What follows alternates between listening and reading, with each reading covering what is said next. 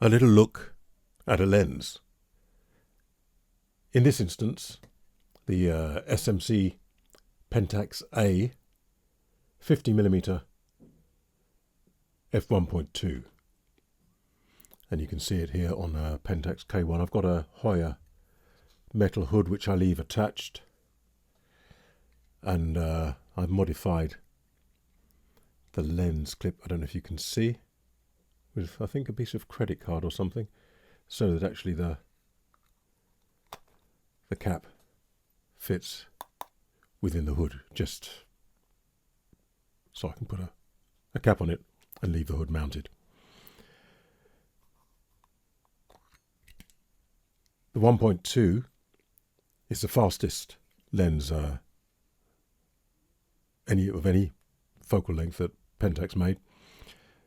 1975, the K version when it first came out.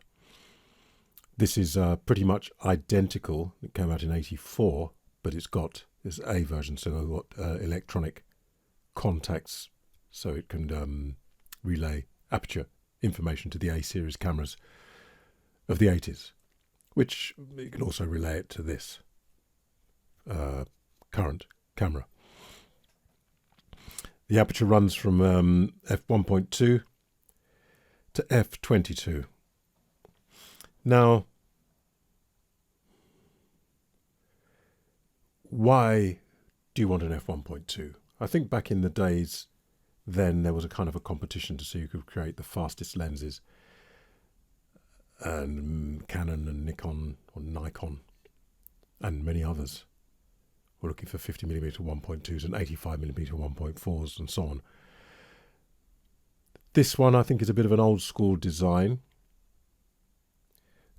Some of the other designs, a current one for instance, is a Sony 50mm 1.2, which has 14 elements in 10 groups. So 14 pieces of glass in 10 groups. Some of the pieces of glass is cemented together to form one. So it's 14 elements in 10 groups, and it costs about £2,000. Canon has had an 85 1.2 for quite some time, and theirs has got 8 elements in 6 groups, and I think you can still get it, it's 1,400. The faster a lens is, the more difficult it is to correct for aberrations and flaws, if you will, and the more expensive it becomes until it becomes impossible.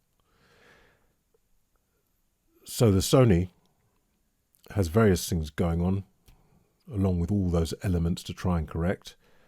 It has one aspherical element, and it's got a floating element, so it moves independently as you focus to try and keep things corrected.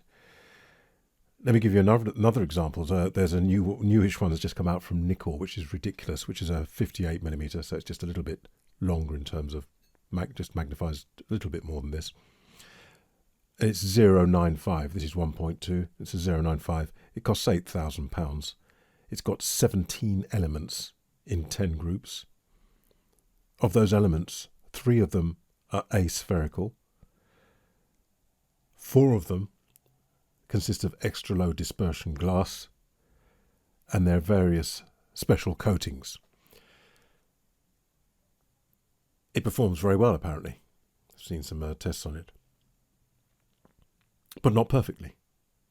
There is some chromatic aberrations, so it's purple fringing and green fringing, which this has got. I'll show you some photographs later and just point a few things out. What's it all about then? Why have a fast lens apart from showing off, showing what's capable, or showing yourself up sometimes actually? Well, this one I think is a bit old school, and the reason for this one, in my experience of it, isn't the sharpness. It's got to be sharp enough, otherwise what's the point? Well, what is the point? Is to let a lot of light in, so why would you want that? For manual focus, it's useful, simply because it makes the screen brighter for focusing, but that's a lot of money to pay just for that, really. Incidentally, these other lenses I talked about, they're manual focus as well. I believe the Sony might not be. But the Nikon, the £8,000 Nikon, certainly is. and is the Canon manual focus. No, the Canon's autofocus with manual focus, sorry. So for manual focusing, which often you need because of the very fine depth of field, it's not much as sharp when it's wide open. The more you shut down, the more you get sharp either side of what you focused on. So they're quite tricky to focus, and sometimes autofocus can't handle it. You need to have sometimes manual focus can't handle it either. But having a lot of brightness helps just for focusing generally. You might want that very narrow depth of field to throw the background out of focus and the foreground and to isolate your subject. You might need it because you're shooting in low light, at jazz clubs and what have you. You might need it for that reason, or you might need it because you need a very fast, maybe you're doing indoor sports and you need a fast shutter speed to freeze action, and you're pushing your ISO. It just gives you more options. Obviously, it needs to be sharp enough.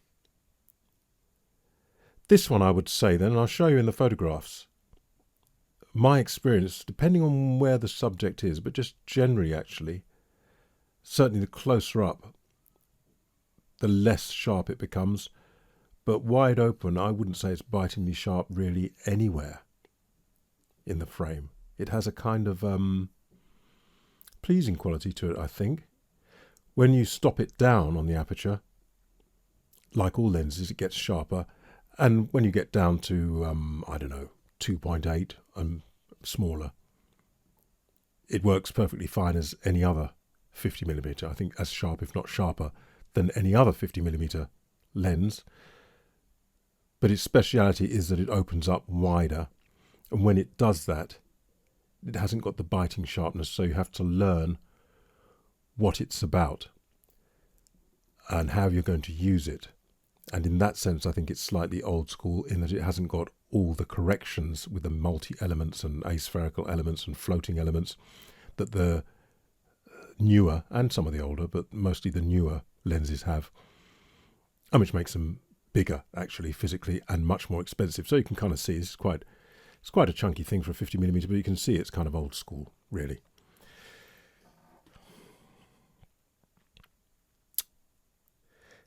It's manual. It has an aperture ring, which I can take off A and turn. And really, if you look after them, they carry on working. Many of them are, not this particular one because it's 1984, but many of these styles of lenses are 40, 50 or more years old, and they still work. The others I mentioned, some of them are focused by wire, so there's no mechanical thread in there, helicoil I think it's called, which if it becomes sticky and dirty, you can have it taken apart, cleaned and re-greased, and on it goes. They don't have that. It's focused by wire, so it needs battery power, and there's some electronic thing going on. If that electronic thing goes, I guess in 20 years' time, you've got yourself a paperweight. Maybe they'll have the parts and it can be repaired, but I wouldn't bank on it. Those without an aperture ring, which that £8,000 one, and the Sony, they don't have an aperture ring that's set by the camera electronically. Again, something goes wrong with that, I think you've got yourself a very expensive paperweight in decades to come. But maybe they built them really well. There's no particular reason I don't think why electronics should fail. I can't see intrinsically why they shouldn't last 100 years. But somehow or other, they seem to fail. Somehow or other in my experience. Kind of things people correct for with all those expensive elements are chromatic aberration. That's a purple fringing and the green fringing, which this has cost them a serious amount when it's wide open. It gets better as it shuts down, as do most lenses. None of them is completely free of that. But this is quite hefty, particularly on a full frame, high resolution digital sensor. So it's for correcting for that. Vignetting. Vignetting is where the corners go darker when it's wide open because the light isn't evenly displayed, as it were. It's not evenly illuminated, it's slightly darker at the corners, which some people don't mind. It's sort of on a portrait, it kind of draws attention to the face. Architecture maybe is not such a good idea. That reduces when you shut down with all lenses, and even these very expensive ones, even that £8,000 one had some vignetting. Barrel and pincushion distortion. Again, you wouldn't really notice on a face unless it's extreme, and none of these are really extreme, but it's where if you were to photograph a square, you'd either see that the sides go in, which is considered perhaps better for portraiture because it tends to thin faces, or some of them have barrel distortion, where things bulge out slightly. And again, I think all of them had it to some extent, even the expensive modern ones. And various other things. What the modern ones have is a profile which can speak to the camera or to your editing software. And the manufacturers know about all these things, and they give you more or less a one-button solution for it, which just does and pretty much sorts it out. Something somebody said to me, and I don't know if it's true, and I haven't noticed it, but I haven't really been looking. What's that? Nikkor? 17 elements in 10 groups. That's a lot of glass lighter's got to go through. Fancy glass, but that's a lot of glass. This, don't know if I said earlier, this is 7 elements in 6 groups. Not a lot of glass. The least glass of any of these here. And somebody did say that, and it kind of makes sense, that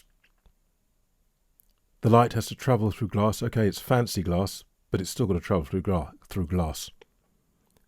And you lose maybe a certain something. I liken it to loudspeakers. Some just had one, trying to cover all the frequencies. Couldn't handle the very low, couldn't handle the very high. But if it did its job well, the very high would be missing and the very low would be missing. But what it did do seemed very pure. A lot of speakers, bookshelf speakers, have 2 drivers. So they have the mid bass, which does its best to do the bass, probably goes to 50 hertz. Doesn't. It's got ports and all sorts of things to help, but it can't. But gives you a little bit of bass and the mid, and when it starts getting up to, I don't know what it is, 3 or so kilohertz, maybe 3 or 4, it crosses over to the dome tweeter, which can take it up to 20 kilohertz. That's fine, but in crossing over, something's got to manage that, which is called a crossover. It robs some of the power, because nothing is free in that sense. And also, you've got two different properties, if you like, different materials, and they've got their own signatures, and you've got to kind of blend them. You've got to manage how they cross over, because if one's reaching its limit, the other one's got to come in, and it's a different material, and you've got to... And even then, the low end suffers. So then you probably notice you've got 3-way speakers. So you've got one that can really handle the bass. Now we're talking down to your 20 hertz. That's got to cross over to a mid-range one. Now the mid-range one can just concentrate on mid-range. Hasn't got to do bass as well, so you can make it at a lighter cone, can handle that mid-range better. That crosses over to the tweeter. Now you've got a more complex crossover, and you've got more things to manage, and you've got different materials again, 3 lots of different materials. Some of them have 4 drivers. They have a super tweeter as well. So you understand what I'm saying? And some people do say that unless it's really well done, and even if it is really well done, it robs it of power. Sometimes it needs to rob it of a certain life energy somehow, managing all this stuff. And some people really like, despite its shortcomings, just having the one driver. They seem to think it just sounds purer, the one driver that manages the main part of the musical information, if you like. So I wonder if that applies maybe to lenses as well a bit. Who knows? Well, I've gone on at some length. I think now it's time to have a butcher's from above.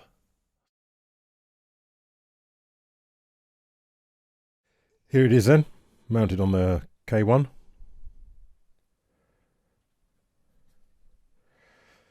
I shall remove the hood. Oh, I'll show you the cap that I fashioned. That seems to work quite well. So that just Keeps it in place.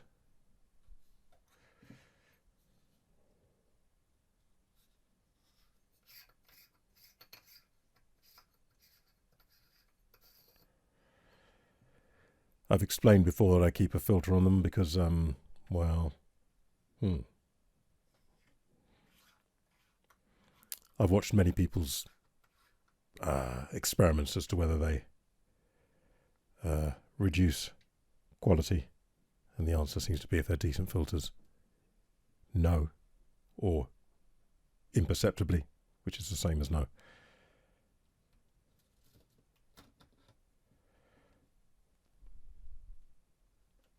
A nice clean background.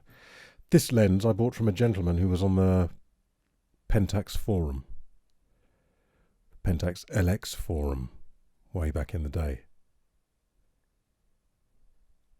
Well, I'll show you that actually.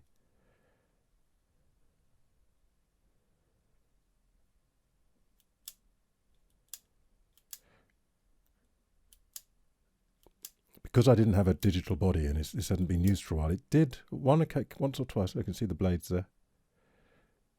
Once or twice it was a little bit. Can you hear?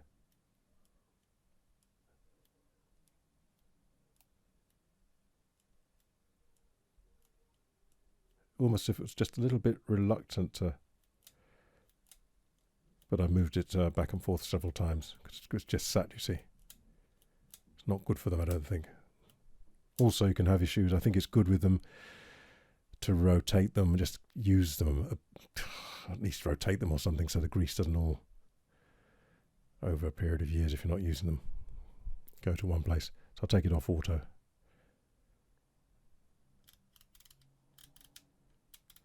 I think on these A lenses, I have a suspicion that this may be plastic. It's very good plastic. But I have a suspicion it's plastic, that part. The rest is all metal. On the older ones, I think it was metal.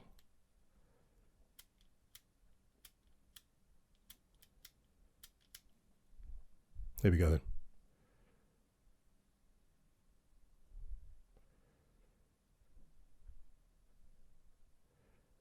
Very good condition. Just a couple of dings around the edge. Yeah, the guy on the forum, we'd chat about LXs and before digital, and some people were jumping ship or saying, I'm going to have to jump ship because there's no digital camera, full frame.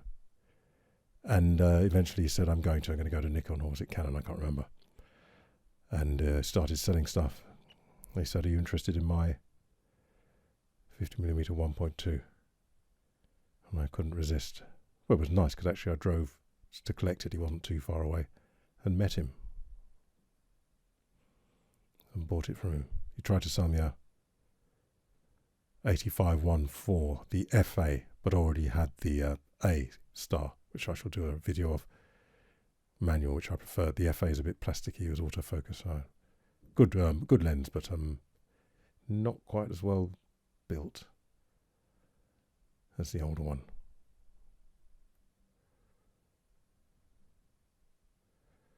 There are some electronic contacts there. Not very many compared to modern lenses. Quite a long throw on the focus. Very, very smooth, as a lot of these older lenses are, especially if I turn it the right way.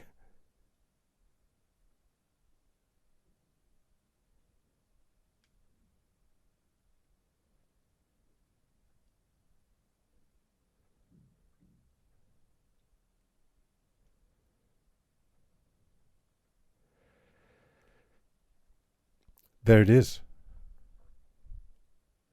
A veritable jewel of a lens, no? Not so easy to do this, actually, because I'm looking at the screen kind of back to front and upside down. I hope I don't see any fungus or stuff now I'm doing this.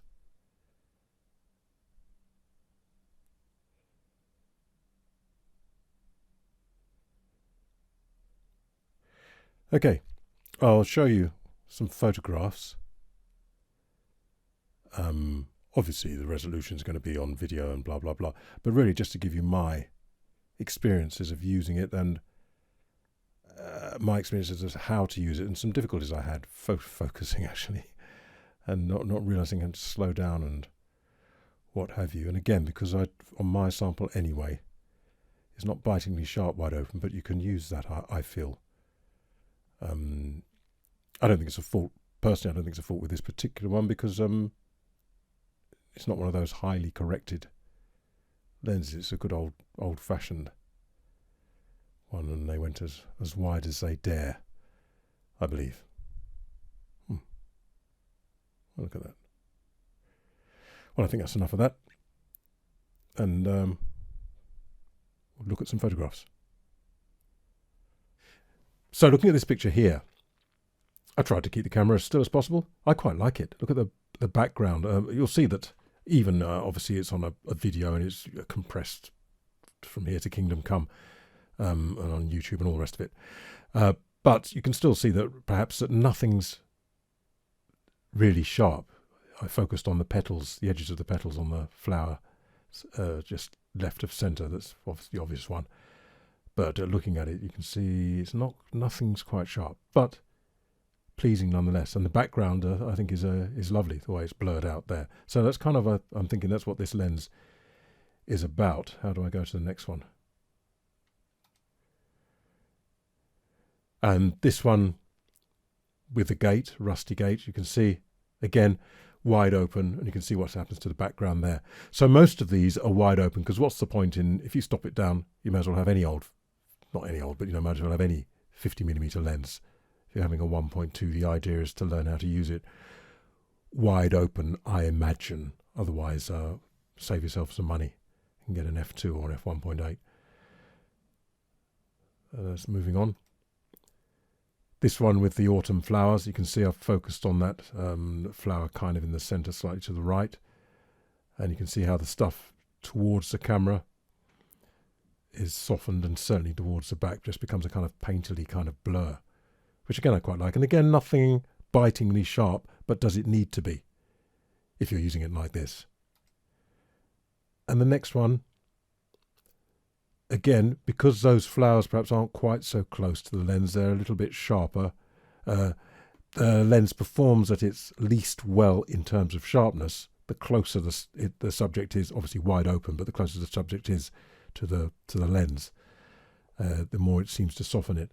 But I mean, again, there's enough of the detail in there. Or what more do you want, really? In one sense, it's not about biting sharpness, this kind of thing. And this one, you can see the pews towards the camera are softened, and the whatever that is at the top near the camera is softened. I'd obviously focused on the stained glass window at the rear.